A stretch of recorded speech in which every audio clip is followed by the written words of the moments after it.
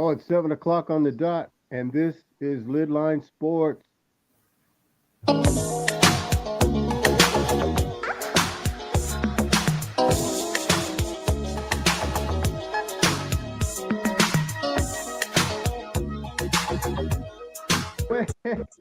Welcome to LidLine Sports here on Rainier Avenue Radio World.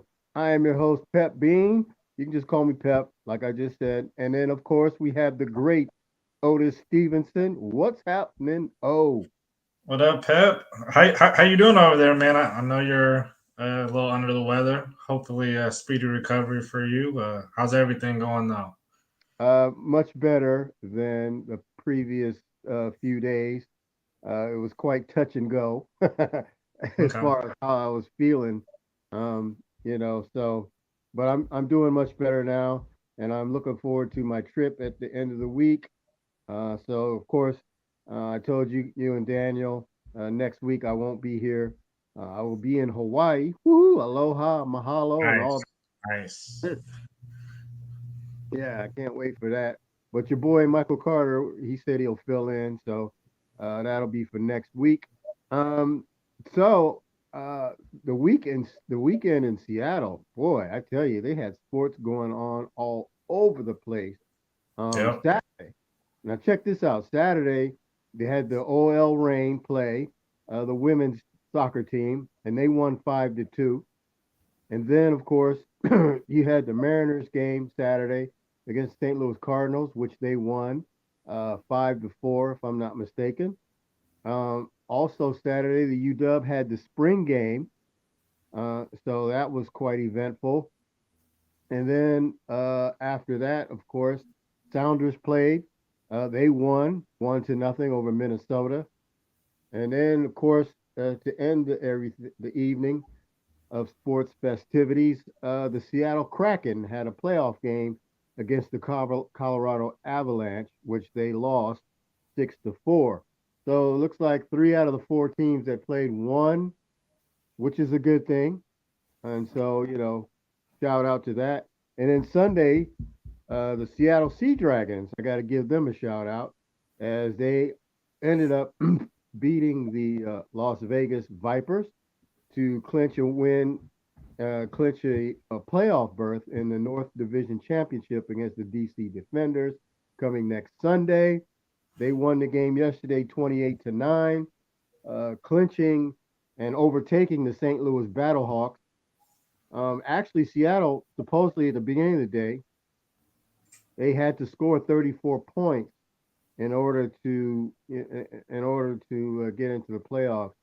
But because they beat St. Louis last weekend, 30-12, beat them by 18, and I think St. Louis came here and beat us earlier in the season, but they only won by like 3, and so it came up to the tiebreaker of not head to head, but it came to the number 5 tiebreaker, which is crazy, and that tiebreaker had to do with where each team was ranked as far as statistics is concerned. And because Seattle had a higher ranking in a couple of those statistics, is why they overtook St. Louis to get into that championship berth in the North Division. So, as you know, the XFL only has 8 teams. So 4 teams in, 4 teams out. So Seattle is one of the teams that are in. And then in the South, you have Houston playing Arlington. Houston won that division pretty handily. And so Arlington got in with I think they were below 500 if I'm not mistaken. So the South Division it wasn't very competitive record wise compared to the North because the North had the 9-1 DC Defenders and who are the North Division champions, you could say. Not well. They had the best record, put it that way. Champions that's going to be remain to be seen for next week. And then in the South, Houston had a 7-3 record and won that division easily. So, oh, have you had a chance to watch any XFL? I went to the game where the DC Defenders was actually here in Seattle, and the Sea Dragons lost 34-33. That was a tough one. Oh man! But Yeah. see any of them at all? No, and I'm gonna give you the award because you were just on it. I didn't even know half of those sports were even going on in Seattle this weekend. I knew about the Kraken. Of course, the Mariners are out here, and then I think I brushed and heard about our soccer team, but yeah, all the other stuff I didn't know anything about. I really didn't pay too much attention to the XFL this year. Right. You are on it when it comes to Seattle sports, man, and that's why I got you next to me. Thank you. I appreciate that. So yeah, so Seattle was 0-2 against DC, but those two losses were only by a total of 5 points. Okay. It's pretty crazy. They lost by one, of course, here in Seattle, and then they lost by, I guess, four out in DC. But Seattle actually could have won that game. Seattle was actually at the 1 yard line as time expired, but the quarterback Ben DiNucci had fumbled the ball going in for the touchdown, and That so sounds familiar yeah, in a different way. so true. Good point. So unfortunately, so they couldn't come through on that one, and then they lost the next weekend against St. Louis to go 0-2. But since they were 0-2, they finished up 7-1, and then of course they got the revenge on St. Louis and fell short against DC. So I got some predictions for next week. Houston plays Arlington, and they just beat them 25-9 yesterday. Arlington's probably not going to be much of a challenge for them, but things will happen. That's why you play the game. But I think Houston will beat Arlington. I'm going to say by 35-15 next week. Any thoughts on it? Well, you don't. Yeah, I'll just ask you anyway. No, based off what you were saying that Houston was the best in the division and Arlington was under 500. I'm going with you. Any prediction you're making on the XFL? I'm riding with your predictions. Okay. Well, you're not gonna like this next one then because it's DC. Seattle has to travel to DC since they had the better record, and it's going to be tough sledding. DC's been the best team all year long. They've only lost one game, so they finished up 9-1. They played 10 games in the XFL. So I got DC going to beat Seattle next week, 32-23. And then in the XFL championship, which will be played, I think, mid-May, because I think it's going to be 2 weeks after this coming weekend. Okay. So whoever it's going to me, it's going to be DC and Houston, I think. And I think I'm going to give it to DC 27-22 over Houston in the championship game in San Antonio. So that should be pretty good. Also, the USFL got their season underway this past weekend. I did catch a little bit of the Philadelphia Stars playing the Michigan Panthers, which the Panthers won 27-10. I think this is the second week, though. I don't know how I missed the first week, though, but this was the second week. So, yeah.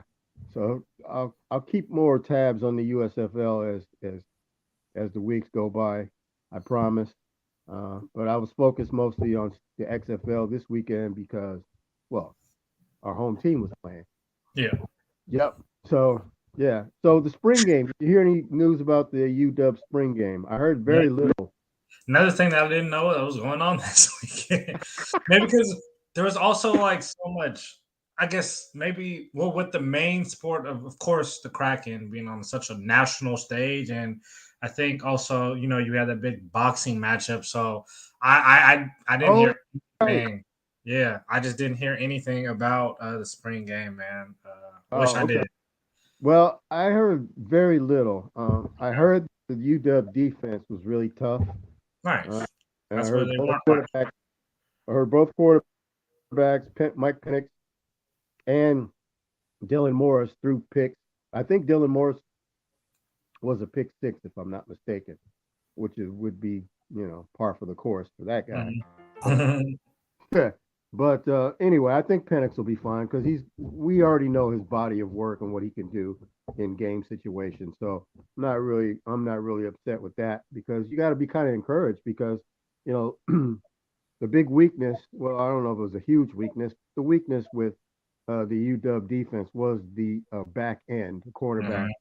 and supposedly right now it looks like from the looks of it they've shored some of that up. So that's a good sign. So, you know, uh, I'm definitely looking forward to this upcoming season for UW. I'm looking to see what Michael Pennis can do for an encore here up in Seattle for UW. And of course, our wide receiver core at UW is probably, if not the best in the nation, they're in the top two or three in the nation. Okay. That's good to see, good to hear. Okay. Any thoughts on them, brother? Oh yeah, I know the weakness last year was our defense, and most glaringly was the secondary. It was good to get Michael Penix back for another year. So another year of him being able to build. We can build around this UW offense around him. Right. I'm excited for UW's potential of possibly competing for a Pac-12 championship, and we all know how that goes. If they can get there, we know that they have a possibility of being a top four team and maybe making it to the playoffs. But it starts with having to win that conference, and we know Pac-12 conference is going to be pretty solid again this year. Start at the Absolutely. top with USC again and Oregon. Uh, I'm going to hold on Deion Sanders' Colorado Buffaloes, but I'm pretty sure that they'll be much well improved. But yeah, I'm excited to see what UW can do in year two under Michael Penix. Yeah, I posted I posted last year's Colorado attendance for their spring game, Yeah, and then followed that up with this year's with Dion, and oh my God, what yeah, a that's dip! crazy. But I'm also hearing some things about Colorado players are defecting and leaving the program, entering the transfer portal. I Yep. think I think like 24 of them in the past week or so. It's like Yeah. wow. Yeah. I don't know the Either exact number, but I've heard that too, that a lot of players are hitting the transfer portal out of Yeah. Colorado. I don't know if it's because, Dion is weeding them out or is the fact that, they don't like the way he's promoting his son. I don't know. But it's no surprise because he said that as Hmm. soon as he signed, that he said that Shadur Sanders is going to be the starting quarterback. He said it. So I don't Yeah. know why these guys are mad or upset or surprised. I I think don't know. it's just I think it's a lot of, guys thinking that I don't know exactly what Deion Sanders has said to the players that were possibly staying, and now, you have spring ball, but Uh, clearly Deion Sanders has made it known by this point who he likes, who he's favored towards in different Mhm. positions.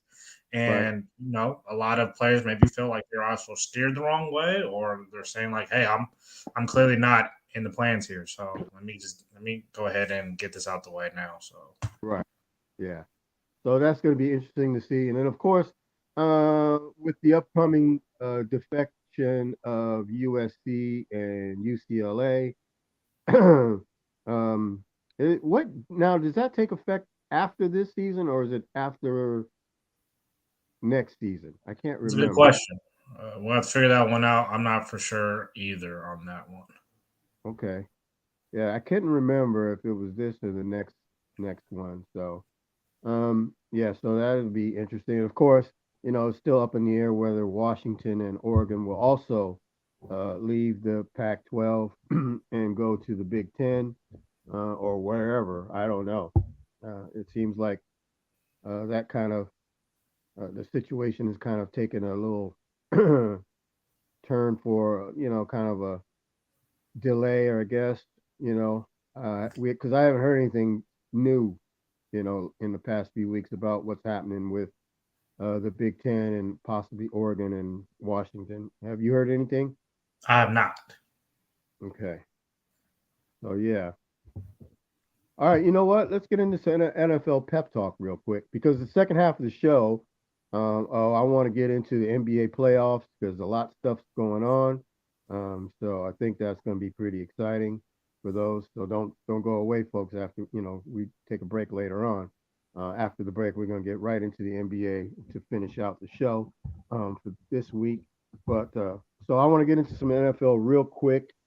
So we finally got some closure, so to speak, on the Aaron Rodgers situation as today that Yep. he was traded to the New York Jets.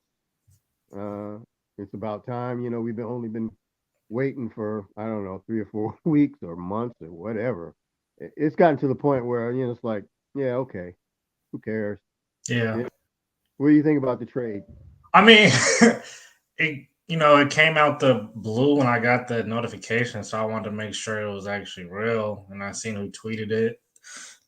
And just like you said, I mean, it wasn't like a shock because we knew that this was inevitable. I'm just glad that this is over with on both sides, so we can move on from talking about it until next season. And you know, Aaron Rodgers got what he wanted. Packers seem like they got what they wanted. Jordan Love is now the guy.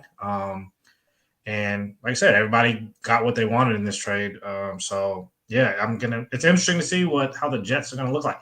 I've always been, and correct me if I'm wrong, Pep. I've Mm-hmm.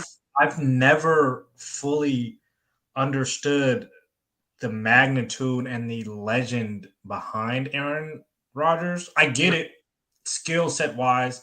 A lot of people have said that he may be one of the best quarterbacks to ever play, but when it comes to just how a pedestal that Aaron Rodgers gets put on, usually when I think of players like that, those guys have won multiple championships, Thank multiple you. Super Yeah, Bowls, multiple whatever.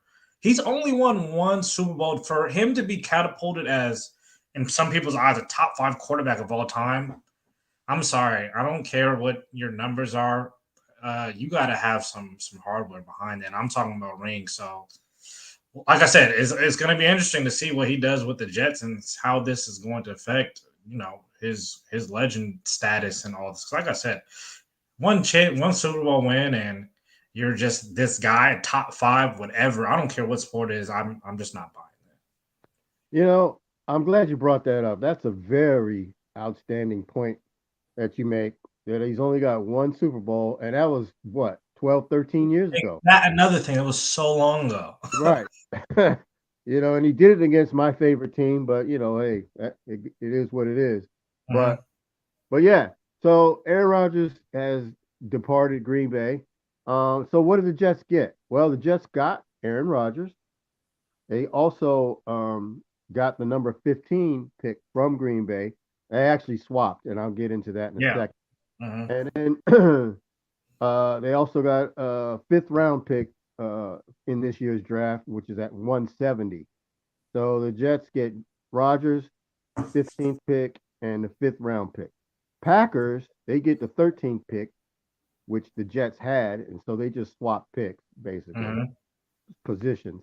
They got the number 13 pick. They got a number 42 also in the second round, and they got a number six pick at number 207. And also, they got a conditional 2024 second round pick that becomes a first round pick if Aaron Rodgers plays in 65% of the plays this upcoming season, which he's pretty durable, right? And as old Yeah. as he is right now, he's been pretty durable. So we could probably lock that in that the Green Bay Packers will have another first round pick from the Jets in 2024. Yeah. I So agree. with all that, do you think the Jets made it? Well, do you think the deal works for both ways equally, or do you think somebody got fleeced? What do you think? No, I don't think anybody got fleeced. I'm glad that the Packers were able to get two possibly first round picks out of this. Um, and the swap. So you saying the Uh, Packers didn't Denverize the Jets? well, I guess that's left unsaid until the Right. season starts, right? So, yeah, you're right. That could be a possibility too. But I'm gonna say that I don't see the Jets being as bad as the Broncos were, but we'll No. see. Yeah. The Jets got way more talent. Yeah, for sure. Man. So yeah, so that's going to be interesting to see, and we're going to find out the dividends pretty quick here because the NFL draft is this week coming up on Thursday. Uh, Nice. yeah, so a long wait is Thursday. It's going to be in Kansas City, Missouri. So home of the Super Bowl champion Kansas City Chiefs. Of course, the local buzz is around here is who Seattle will pick at number 5 and number 20 here in the first round. You know, and then we'll try to speculate what they'll do or what they won't do. I'll go first. I think at number 5, I'm hearing all, of course, we're going to be hearing all talk all this week about Mhm. Seahawks trying to, looking at quarterback, whether it's Richardson, whether it's Levis, whether it's picking Hendon Hooker at number 20 or 37 or whatever. Well, what they need to do, unless they get a outstanding offer like an Aaron Donald or something like that, right? And of course, the Rams and the Seahawks are not going to trade with each other, Mhm. and the Rams are too busy trying to unload. So right now, the Seahawks need to keep that pick and pick either Jalen Carter or Will Anderson, whoever's, Totally. and that's it. I mean, they don't need to do anything fancy. They don't need to do anything, clever. They don't need to trade down unless I say again, unless they get an offer they just can't refuse, which I don't see anything happening like that. Um, so I'm hoping all this talk about another quarterback at number 5 is a smokescreen. Let to let people think that that's who the Seahawks are going to go for some kind of quarterback or whatever, and then they make a team that's desperate for a quarterback to try and make a deal. That's a good point. That's Yeah, a that's a very good point. And yeah, I also think too, because this isn't like the last 4 or 5 years before this last year, that this isn't a team that is Super Bowl or bust like they were before. hmm So yeah, I think just like you said, we need to use especially our early draft capital and go get young players that you can build around. Uh, Last year we did a good job of drafting. Let's yeah, continue on that momentum. yeah. Let's bring in some more young players that can help right away, And and look, let's build a team that can possibly be good for another 5 to 7 years. and So think about yeah.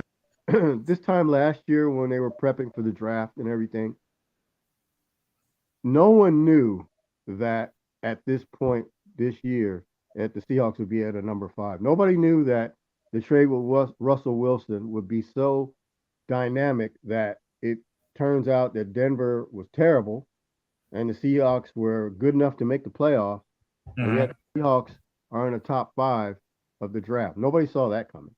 So Yeah, to me, that's a gift. That's a gift you don't give up yeah, unless you are blown away. And yeah. I don't see where anybody's going to blow us away with an offer, right? I mean, I could be wrong, but I don't see No, it. just like you said, unless you see somebody who is itching for a quarterback and somebody falls, and like you said, it just hopefully the trade blows you away. Yeah, Agreed. yeah. For number 5, man, I'm not moving off of that. No, no, no, not for number 5. No I'm not. way. I'm not doing it. And I really don't want to trade back from 20. I can No, I see don't that. either. I can see that because you can get some talent, same talent at 20 that you can get at 32, right? Mhm. Within the first round. So, if you want to trade back a little bit at number 20 and then pick up something else. But you know what? I don't even like that because the draft is a gamble, it's a crapshoot, whatever you want to call it. So just because you trade down for more picks, don't mean you're gonna make good selections on those picks, Yeah, right? You could pick some bums, right? And what good did that do you? It didn't yeah. do you any good. I would rather they pick number 20. I like Jackson and Jigba from Ohio State at wide receiver. I like Nolan Smith out of Georgia to team up with Jalen Carter on the defense if they go that route. I mean, people are saying, well, the Seahawks already addressed some of the defensive problems. Well, yeah. I mean, they got Draymond Jones from Denver. They got Jerron Reed back. They got Yep. Bobby Wagner back. I get that.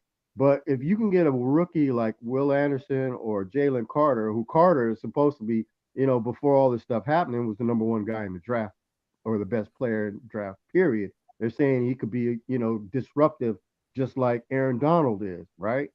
So if you can get a guy like that to join those vets, man, I mean, come on, man. That's what you're looking for. I don't want them to pick a quarterback that's going to sit for the next 2 years.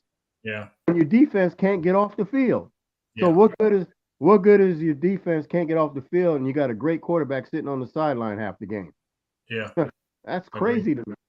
But look, I'm no pro, executive, but I'm no dummy either. I've watched the NFL for a long time, and so there's some things that I see some of these GMs do, and I just shake my head. I can't figure out what they're thinking.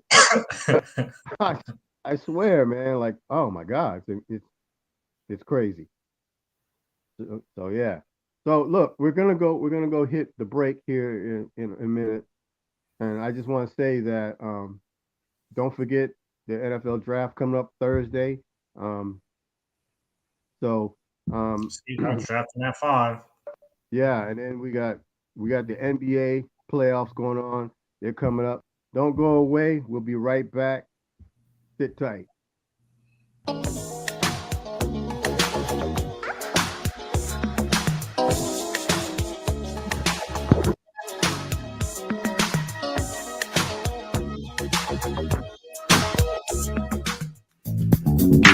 I'm Paul Pearson, host of Star Time, and when I'm not cooking up a batch of my famous wood-flavored chicken, I'm listening to Rainier Avenue Radio.world. Have you ever went over a friend's house to eat and the food just ain't no good?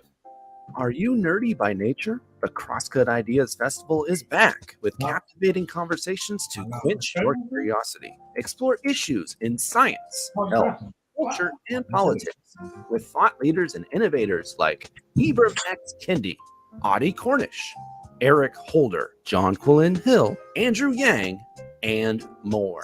April 29th to May 6th at the Amazon Meeting Center in downtown Seattle. It's the Crosscut Ideas Festival, where curiosity and discovery connect. Get your tickets at crosscut.com/festival. 1, 2, get down! What's up, big and little homies? This is Masvita Maraire, host of Seattle Sports Weekly on Rainier Avenue Radio.world, your one-stop shop for Seattle sports. We cover preps, we cover college, we cover pro, we cover it all. Huskies, Mariners, Seahawks, Garfield, South, Roosevelt, Petro, King County. This is where you want to listen to for all the sports that's happening in Seattle. Seattle Sports Weekly on Rainier Avenue Radio.world. See a bad Mga kaibigan, ito po si Kuya Bert Kawili. And this is Miles Salvador from Australia. And I'm Norb Kawili, also known as Norbcam. Kung gusto niyo po ang latest news and events from the Philippines at yung local Filipino community, Phil Radio po. We play Filipino music and interview guests from all around the world. And I'll keep you updated on the latest Seahawks and sports news. Kaya always tune in. Phil Radio every Tuesday, 1 to 2:30 p.m. Pacific Time on Rainier Avenue Radio.world. And in YouTube and Facebook. Salamat po. Did you know there's an easy way to keep yourself and your loved ones healthy? COVID vaccines are safe and a proven way to keep your family out of the hospital and enjoying life. Let's show our love to those around us. Get your free COVID vaccine today. If you haven't had a COVID shot since September, you're due for a booster. At NeighborCare Health, we are here for you. For more information about COVID vaccines and all of your health needs, visit neighborcare.org/vaccines. Rainier Avenue Radio, your community radio station will provide you with more information. Rainier Avenue Radio.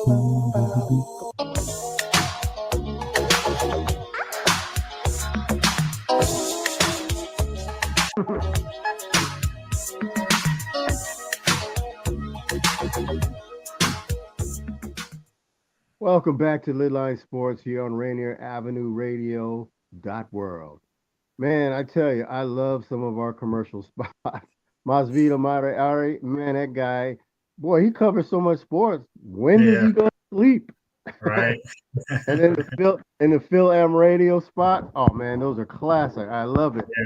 And and speaking of Filipino radio, listen, at 8 o'clock, right after our show, we got Rizal Park Jazz Radio Seattle at 8 p.m. If you love jazz, especially, oh man, they play some good stuff. So you definitely do not want to miss that. So don't forget, after our show, you got Rizal Park Jazz Radio at 8 o'clock right here on Rainier Avenue Radio .world.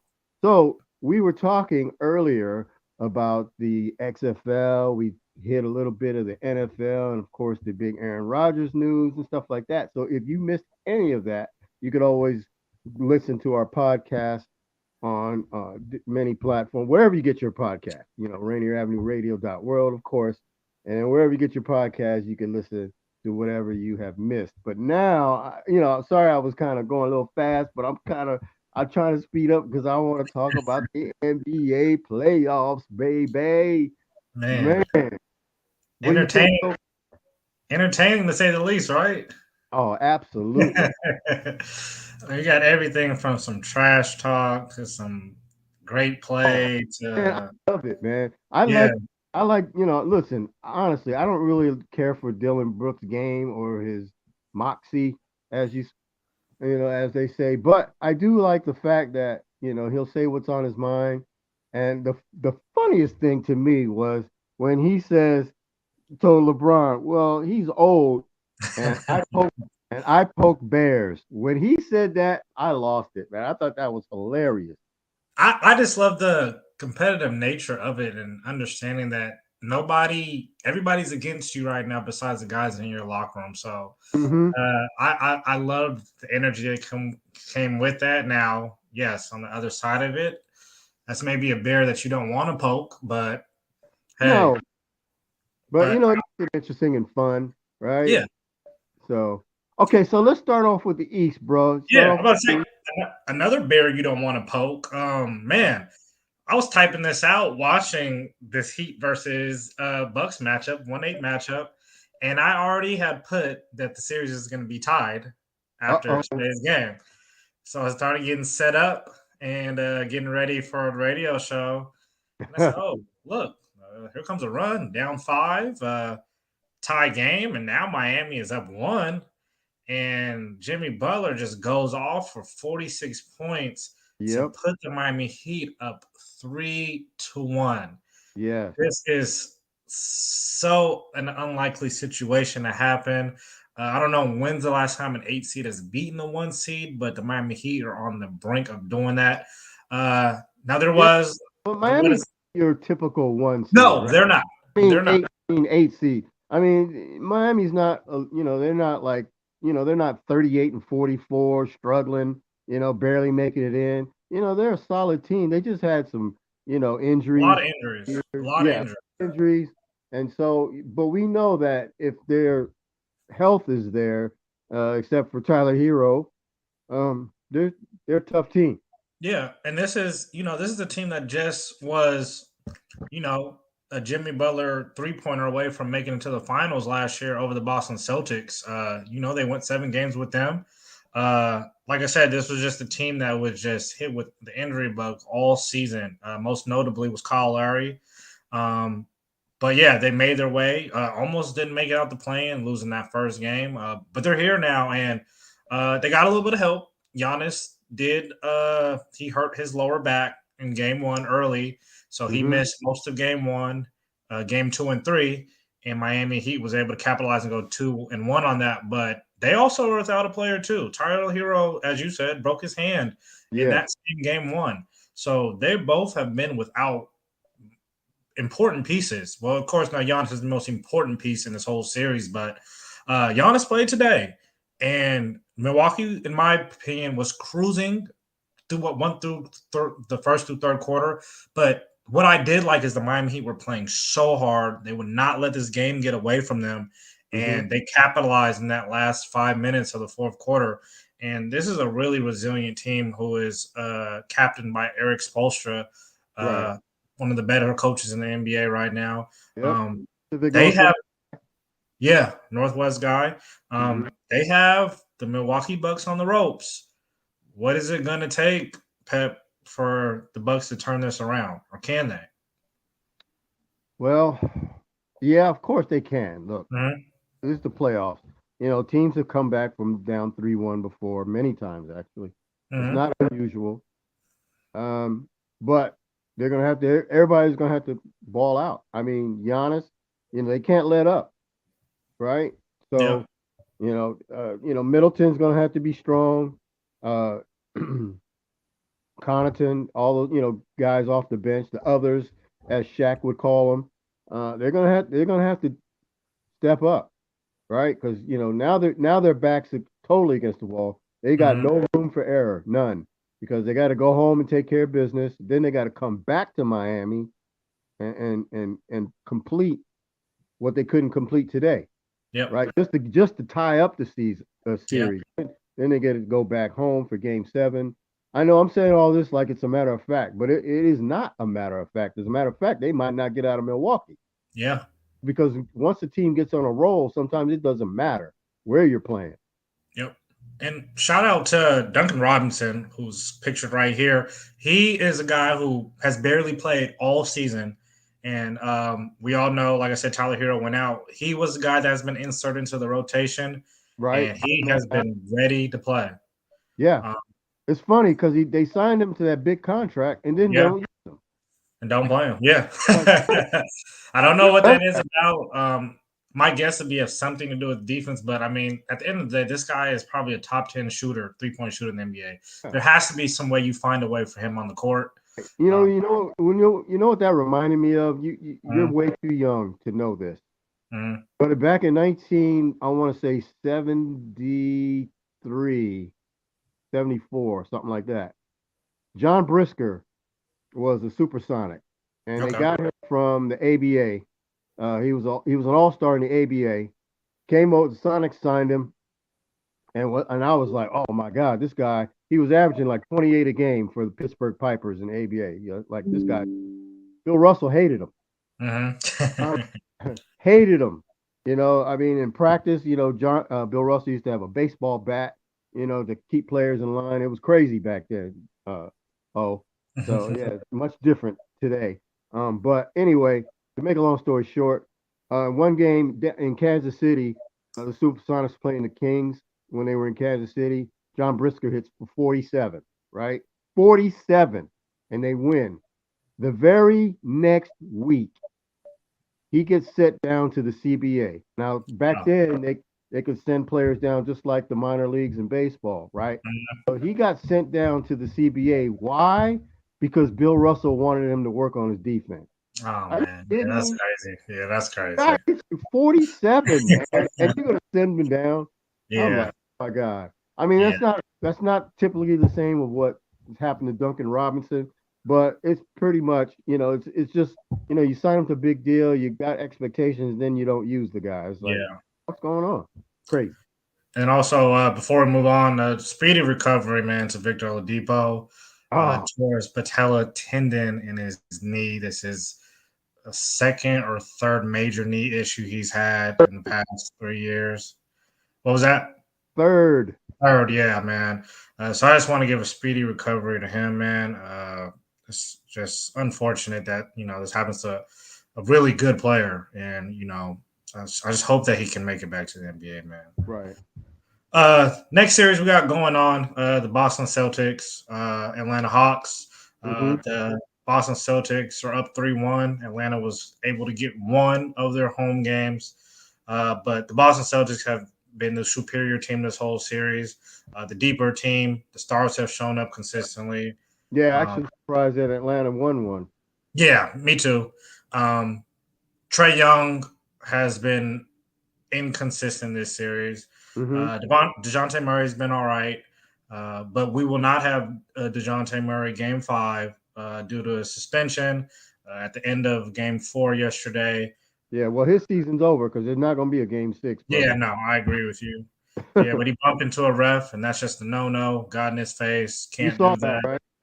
Yeah, I did saw that. Yeah, as soon as it happened. I mean, as soon as it happened, you knew he was getting suspended. Oh, yeah. Oh yeah. I wish I don't know if he was just mad about how the game was called, or was there a play that bothered him? I don't know. But you cannot do that. Your team is already undermanned, or I guess just the going against a more superior team. They're going to need Baby Boy, but he's not going to be out there. Nope. Just like you said, this series is over, and I think Boston will be looking forward to their next matchup. The 36 series actually really entertaining to me between the 76ers and the Brooklyn Nets. Now, yes, it was a sweep, but I've never seen a team who got swept play so hard for 4 games. I want to give a shout out to Jock Vaughn. I thought he's done an amazing job ever since the Brooklyn Nets have traded Kevin Durant. Mikal Bridges has inserted himself as being a star player. I thought they did a really good job of defensive schematics against guarding Joel Embiid, who only averaged, I think, like 17 points a game in this series. Before he got hurt. He also sprained his knee. Surprise, Pep. Man. Not funny, but it's just like, man, it's some of these guys and their injury storyline is just, it's almost like it's inevitable that it's coming in. Joel Embiid falls under that storyline. He didn't play the last game of the series.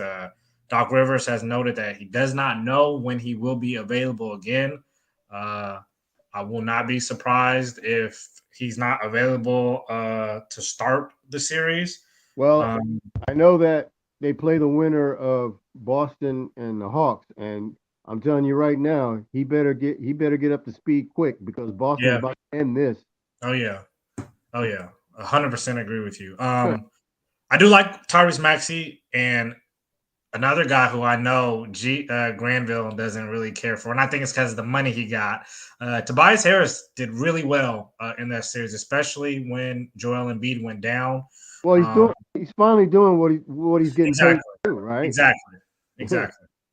But now, will this be the Tobias Harris we see against Boston? Because this is the Tobias Harris that they're going to need. Nope, I don't think so. Because every time they play Boston seems to own them, for one thing, in the regular season and playoffs too.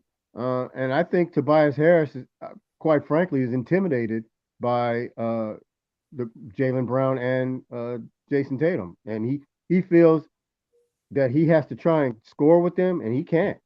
Yeah, it's just impossible. And even with Embiid, they Boston, they play tough, defensively, right? When they need to, and so Embiid, he might get 40, but Harden's gonna have to get his. And then, of course, who's going to stop Tatum and Brown? And then, of course, you got Brogdon, you got Marcus Smart that can and then you got guys off the bench. Horford always seems to give Philly trouble. So, Philly's going to have to be at their absolute best every game to stay close, right, and win. So it's going to be tough. I agree. I don't see Philly beating. Boston.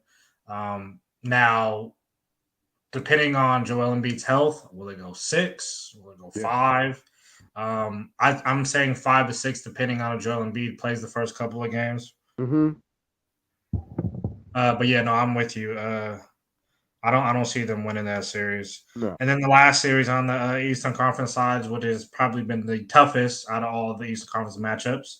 The Cavs and the number 5 Knicks. Surprisingly, what was that? Cavs are in trouble. Yeah, go ahead. It's not that so much.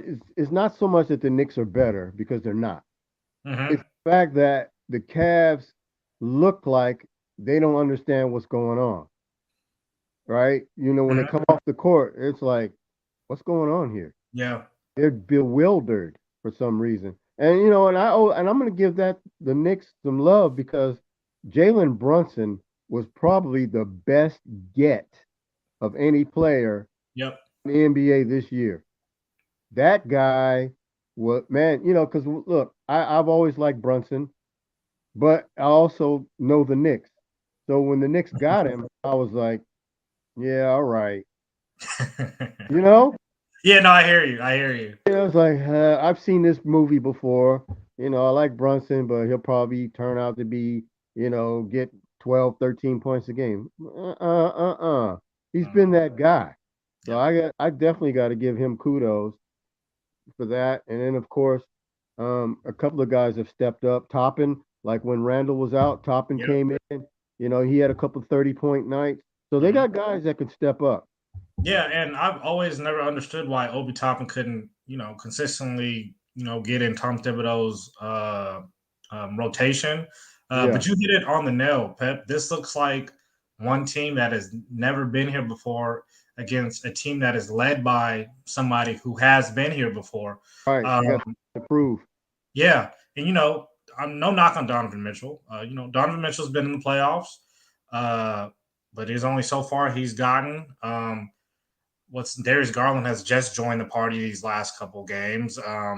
The bigs, Evan Mobley and Jared Allen, are having a tough time out there.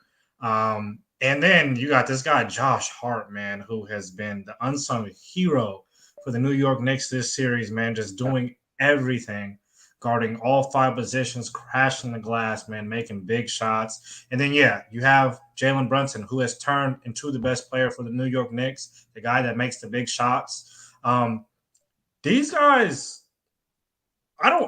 if it's Miami that they're playing in the second round, they have a really good chance on beating the Miami Heat in the second round.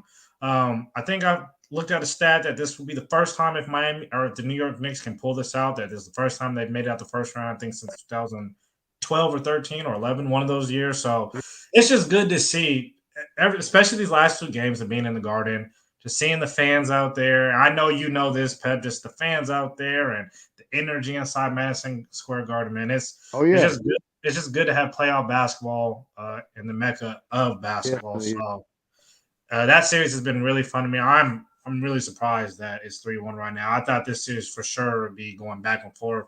New York wins, Cavs win, and all the way to Game 7. I'm not counting the Cavs out. Me neither. Yeah. I mean, like you said, they got Mitchell and Garland. If those guys get hot, look, the Cavs can win at home. We all know this.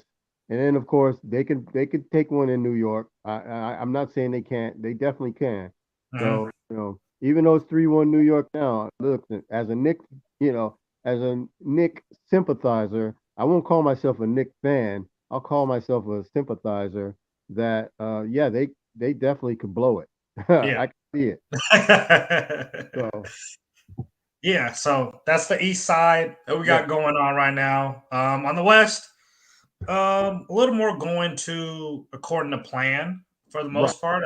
At the top, you have the Denver Nuggets playing against the Minnesota Timberwolves. AD on the ground. Oh my God! Again? Yeah. Oh my God. We'll get there. But the Nuggets are doing their job. They actually almost pulled off the sweep yesterday as the Timberwolves gave up a 12-0 run to end the fourth quarter to go into overtime. Listen, the Timberwolves tried to go home, man. They tried to get a ride, and the Nuggets car broke down. They wouldn't ride home. They said, "No, my Uber's not working." So sorry, you got to totally agree. The Timberwolves look like a team that gave everything they had in the plan and was like, "Well, we're just happy to be here now because of that situation that happened with the Rudy Gobert and then Jaden McDaniels breaking his hand." So, with you. That right there, I think lost them the series already. I'm not saying that if McDaniels were there, it wouldn't be 3-1. It might very well still be 3-1. I don't know, but it seems unlikely to me. Actually, I think the T-Wolves would be better had McDaniels been able to play, because remember, people were saying McDaniels on the defensive end was second to none, top all 5 defense number first team all defense. So look, would Michael Porter be having the games he would be having if McDaniels was on him tight? I don't know, maybe, or would Aaron Gordon, whoever he's guarding. So that's a big loss. Yeah. So I'm with you. I think this series will be over on Wednesday when they go and play Game 5. The next series is going on right now. 2-7 matchup, the Grizzlies versus Lakers. By far the most entertaining series off and on the court. The Grizzlies do not look like a 2 right now. Man, it's crazy. I always said that the Memphis Grizzlies' number one issue is the game slows down in the playoffs. Who is that guy? Now, Ja got off yesterday. Went for like 20 straight points in the fourth quarter. But who is that guy consistently? Down 20 the whole game. Exactly. Exactly. That's the thing. He got 40 points, but oh well. I mean, they were down 20 most of the game. Exactly. 35-9 at the end of the first quarter. Good night. Good morning. Good night. Good afternoon. Good night. Who is going to be that half-court guy for them when the game slows down? They struggled in game one finding that guy. They let the Lakers go on a 12-0 run in the last like 2 or 3 minutes of the fourth quarter of game one. What's Devin doing? What was that? What's Devin Bain doing? He should be that guy. Yeah, he's not doing much. Jaren Jackson is dealing with a lot of having to guard Anthony Davis on one end. Exactly, that's the thing. Right offensively, yeah. No Steven Adams. Here's the thing: they got no Steven Adams, and they got no what's his name? Brandon. I can't think of his last name. Me neither. But they're getting housed on the glass, and they're missing those two tremendously. Exactly. I'm gonna say just with John Morant missing that game and now coming back, the Lakers have some momentum now, 2-1. I don't know what the score of the game is at this moment, but I'm not gonna be surprised if the Lakers can win this series and 6 or 7. I don't know what Anthony. Now the thing is with Anthony Davis, man, it's one game he'll go out for 30, and the next game it's 17.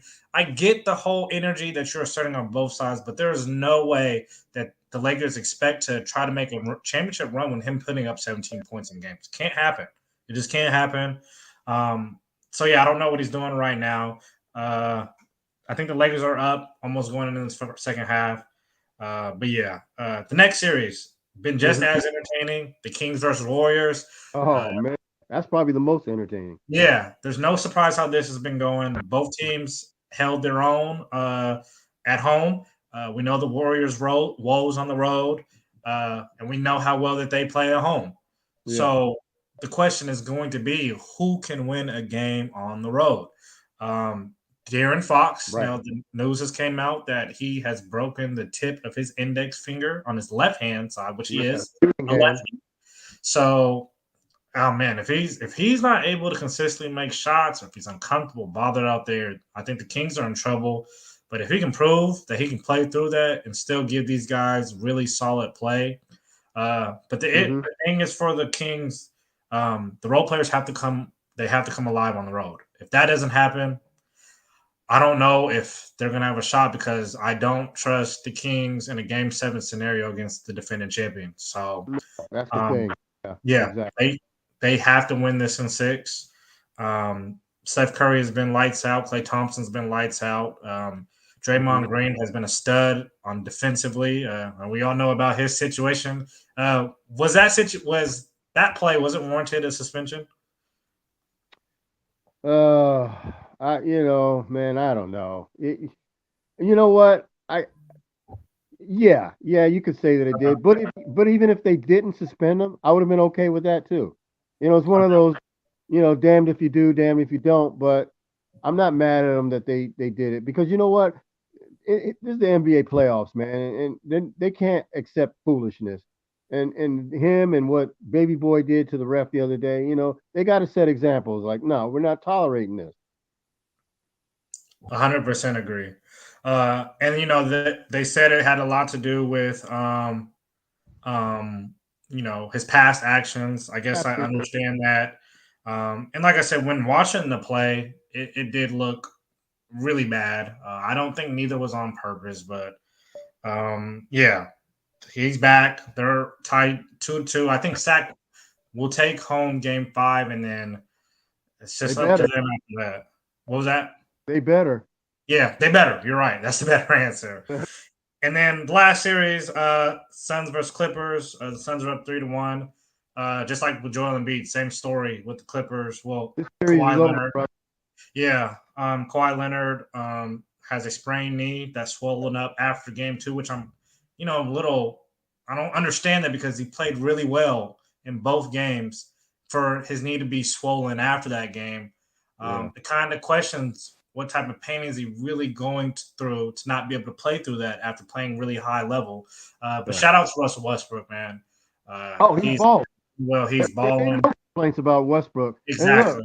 Look, I don't care what Westbrook does for the rest of the series. He could stink it up. He's already proved his worth. Agreed. Because he's keeping them in.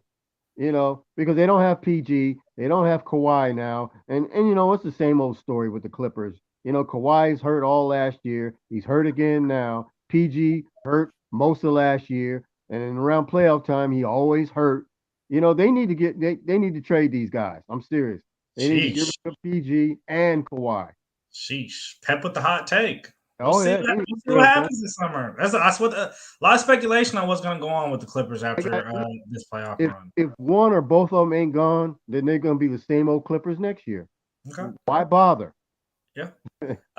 Devin Booker, on the other hand, has been the leading scorer in the NBA, in the playoffs, averaging 35 points a game. Him and KD are playing really well off each other, but they got a big joker who they're probably going to have a lot to work with next series. So that'll be an entertaining matchup between Denver and Phoenix. Phoenix hopefully will try to end this series tomorrow in Phoenix. Yep. I think they will. Coach of the Year, Mike Brown. Yep. Most Improved Player, Larry Markkinen. Yep. And the Houston Rockets just got a new coach. Welcome back, Ime Udoka. Glad to see him getting to coach some of those young kids, man, because hopefully they can find a leader that they can latch on, man, and just start learning to play basketball the right way. Good pickup, though. Yeah, awesome stuff. Oh, man, we're out of time. We got to head on out the door. But before we go, don't forget you got Rizal Jazz Radio coming up at 8. Rizal Park Jazz Radio coming up here at 8 o'clock. Oh, a pleasure. Daniel, thank you very much. We'll holler at you next week. Peace.